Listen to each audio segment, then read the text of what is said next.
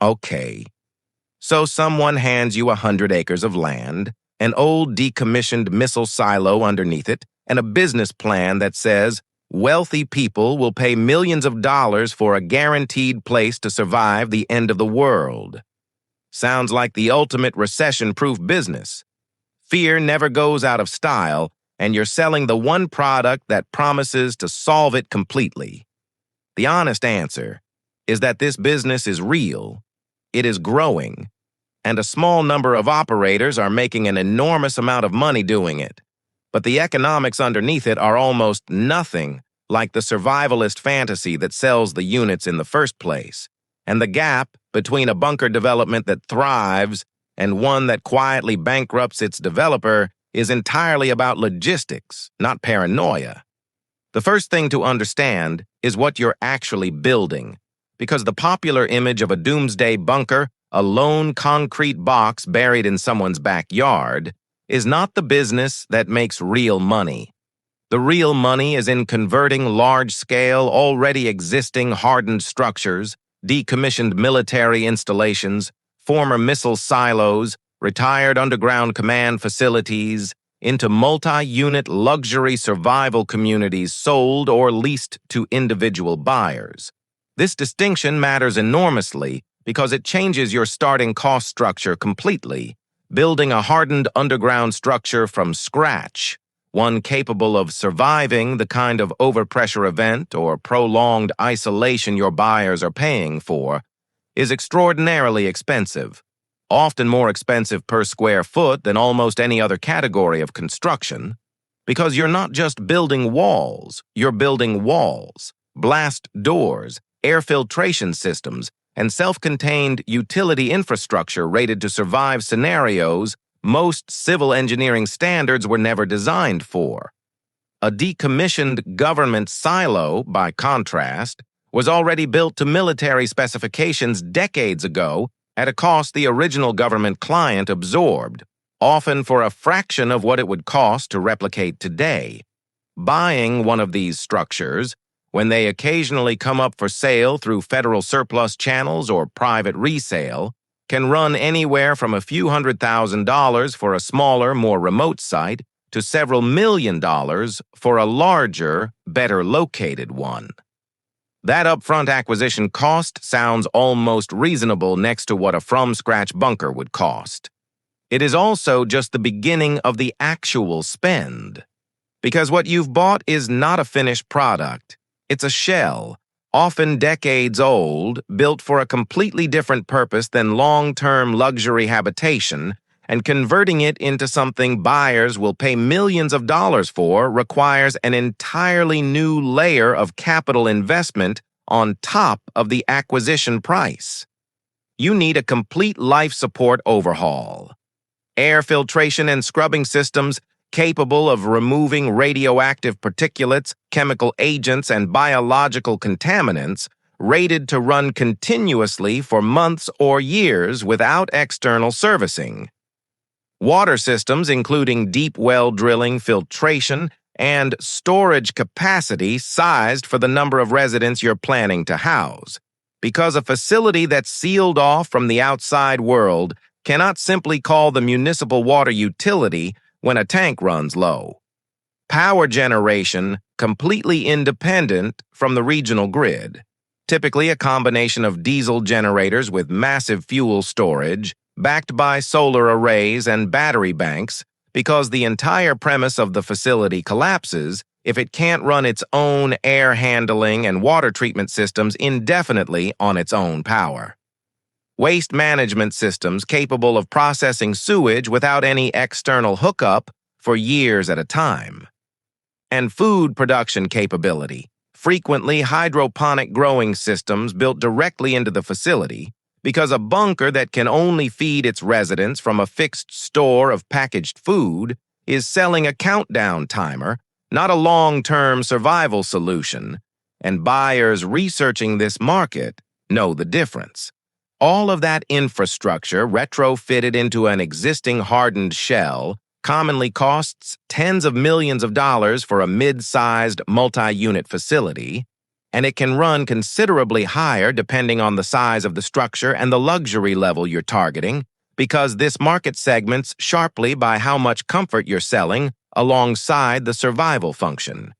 Then, there's the ongoing maintenance question that catches nearly every developer in this space off guard, because unlike a normal residential development, you cannot simply finish construction and move on to the next project. A bunker facility that isn't actively being maintained, tested, and cycled, generators run periodically, filtration systems checked, water systems flushed and tested, is a facility that will fail exactly when it's needed most. And that failure mode is uniquely catastrophic for this business, because your entire product is a promise about a moment that hasn't happened yet.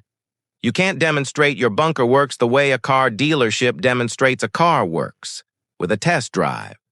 Your buyers are purchasing trust in a system they will likely never actually need to rely on, which means ongoing maintenance and periodic live testing isn't optional overhead. It's the entire product, running silently and expensively in the background for years, possibly decades, before anyone ever needs to use it if they ever do at all. Now let's talk about how you actually sell this, because the sales structure of this industry looks almost nothing like conventional real estate. Some developers sell individual units outright, condominium-style ownership of a specific space within the larger facility, which gives the buyer a hard asset they own permanently, similar to buying an apartment. Others sell membership-style access, an annual or one-time fee that guarantees you a reserved space and a set amount of resources if the facility is ever activated, without you actually owning a physical unit at all, similar to a country club membership rather than a property purchase. The membership model has a significant advantage for the developer, because it means the facility doesn't need to be fully staffed and provisioned at all times for every member simultaneously. Since the underlying bet, uncomfortable as it is to say out loud in the sales pitch, is that not every member will need to activate their membership at the same moment.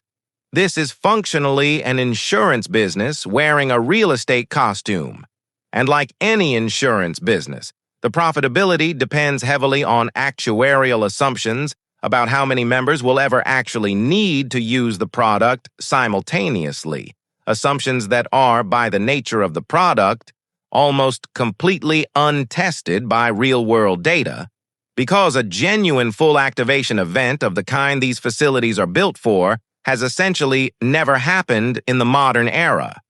Pricing in this market varies enormously depending on positioning. A basic shared space membership in a converted facility can run from the tens of thousands of dollars into the low hundreds of thousands, while a fully private, luxury-finished individual unit in a premier facility, complete with private living quarters, dedicated air handling, and amenities like private theaters, medical suites, and swimming pools built underground, can sell for multiple millions of dollars per unit. The developers who've found the most success in this space have discovered that the actual product being sold is not survival itself, but rather the psychological relief of having solved the problem of survival, which means the luxury and comfort of the facility matters enormously to the sales price, arguably more than the raw underlying survival specifications. Because a buyer spending several $1 million wants a facility that feels like an extension of their existing lifestyle, not a grim concrete shelter, even though the actual life support engineering underneath is what genuinely determines whether the facility would work if it were ever needed.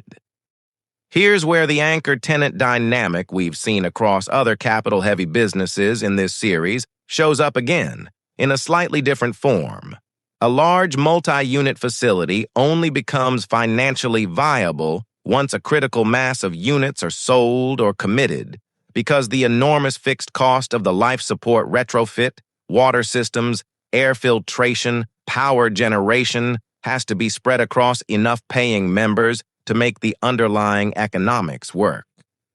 This creates a pre-sale dynamic, similar to a condominium development, where the developer needs to secure a meaningful percentage of committed buyers before finishing the most expensive phases of construction, and a slow sales cycle in the early phase, can leave a developer holding an enormous half-finished liability. A partially retrofitted bunker with sunk infrastructure costs and not enough committed revenue to finish the build-out, sitting on land that has essentially no alternative use, because you cannot easily convert a partially converted missile silo into anything else if the bunker business plan stalls. There's also a regulatory and logistical dimension to this business that most buyers never think about, and most developers learn the hard way. Many of the most desirable decommissioned military sites are located in extremely remote areas, which was precisely the point when the government built them. Isolation was a security feature, not a bug. But that same remoteness becomes an enormous cost driver for a developer trying to run modern retrofit construction, because you're now trucking specialized equipment, skilled labor, and construction materials into locations often hours from the nearest major supply chain, sometimes requiring the developer to build or upgrade access roads capable of handling heavy equipment before construction on the facility itself can even begin. Permitting for a project like this crosses an unusual number of regulatory categories at once: environmental review for any excavation or expansion work, water rights for the wells you're drilling, and in some cases, historic preservation review if the original military structure has protected status, all layered on top of standard residential and life safety building codes that were, again, never written with a use case like this in mind, which means every jurisdiction handles the approval process somewhat differently, and developers frequently find themselves negotiating novel regulatory interpretations with local authorities who have never processed a permit application for exactly this kind of structure before. There's also a staffing dimension to this business that most buyers never consider when they're picturing themselves sealed inside a self-sufficient facility. A functioning bunker community, whether it houses a dozen families or several hundred, needs trained personnel capable of running and maintaining life support systems continuously, not just during a hypothetical crisis, but every single day beforehand, because a facility staffed only when needed is a facility that fails the moment it's actually needed. That means employing mechanical engineers, water treatment specialists, and security personnel year-round in extremely remote locations, which commands a significant wage premium over what the same roles would cost in a normal metropolitan area.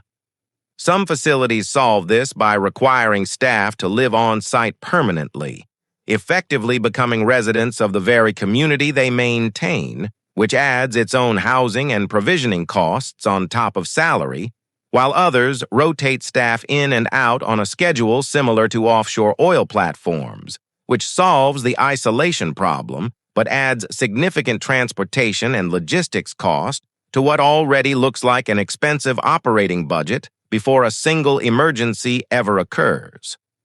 Liquidity is another problem this industry has never fully solved, and it's one that catches individual buyers off guard more than developers.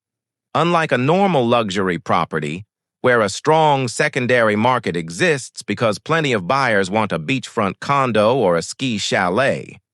the resale market for an individual unit inside a converted missile silo is extremely thin, because the pool of people simultaneously wealthy enough to afford the unit and personally motivated by the survivalist premise is a fraction of the broader luxury real estate buyer pool. A buyer who spent several $1,000,000 on a unit and later wants to sell, whether because their circumstances changed or they simply lost interest in the underlying premise,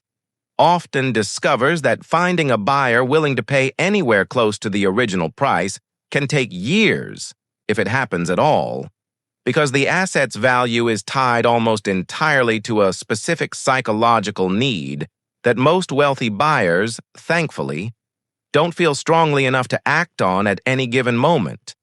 This illiquidity is rarely disclosed prominently in the initial sales process, for obvious reasons.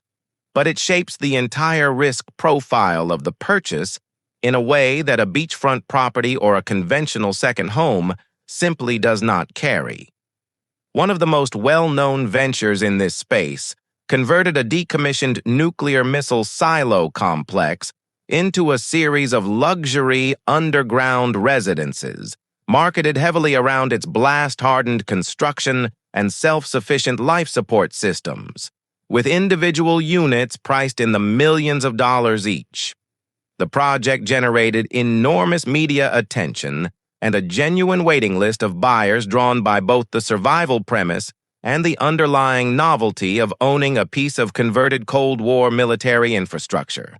But the retrofit and build-out took considerably longer than initially projected, common in a construction category with essentially no standardized playbook to follow, and the ongoing operational complexity of running life support systems for a community of high-net-worth residents, most of whom had never lived in anything resembling a self-contained facility before, created friction around governance, maintenance costs, and expectations that hadn't been fully worked out before the first units were sold. The venture ultimately succeeded in delivering a functioning, occupied facility, which is more than can be said for several less disciplined competitors who announced ambitious silo conversion projects, took deposits from buyers, and then stalled indefinitely once the true retrofit costs and construction timelines became clear, leaving early depositors in prolonged legal disputes over money committed to a facility that may never actually be completed.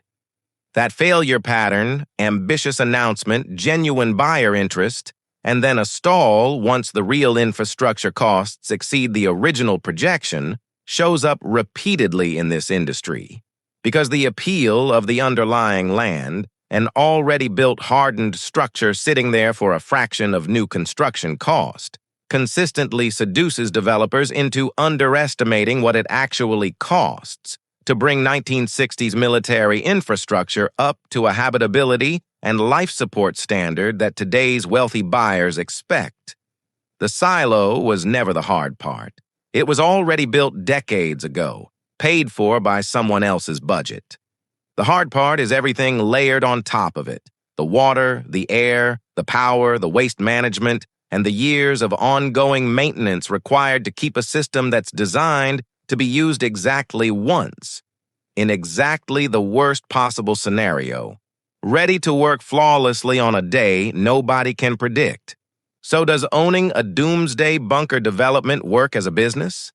The answer depends on the same handful of variables that determine success across every capital-intensive business in this series. You need to acquire the underlying structure below the true cost of new construction, which decommissioned military sites generally allow. You need enough committed buyers, ideally locked in with deposits before the most expensive retrofit phases begin, to actually fund the life support build-out without the developer bearing the full risk alone. You need a realistic construction timeline that accounts for the genuine novelty and remoteness of this kind of build, rather than the aggressive schedules that make for a good initial sales pitch. And you need an operating model, whether membership-based or full ownership, that generates enough ongoing revenue to fund decades of maintenance on systems that may never actually be activated for their intended purpose, without that maintenance cost quietly draining the business dry while everyone waits for a crisis that may never come.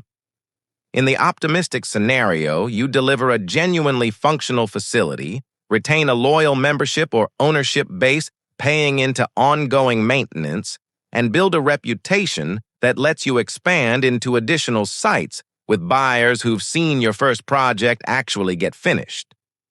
In the pessimistic scenario, you've taken deposits against a compelling vision, discovered the true retrofit costs only after breaking ground, and left a half-converted missile silo and a group of very unhappy depositors as the only tangible result of the entire venture. The silo was never really the product. The concrete, the blast doors, the historical novelty of owning a piece of Cold War infrastructure, none of that is what buyers are actually paying millions of dollars for. What they're paying for is the belief that if the worst genuinely happens, the air will still be breathable, the water will still run, and the lights will still be on for years, without anyone from the outside world showing up to fix it. Everything else in this business, the land, the excavation, the sales pitch, is just the extraordinarily expensive machinery built around making that one belief feel true.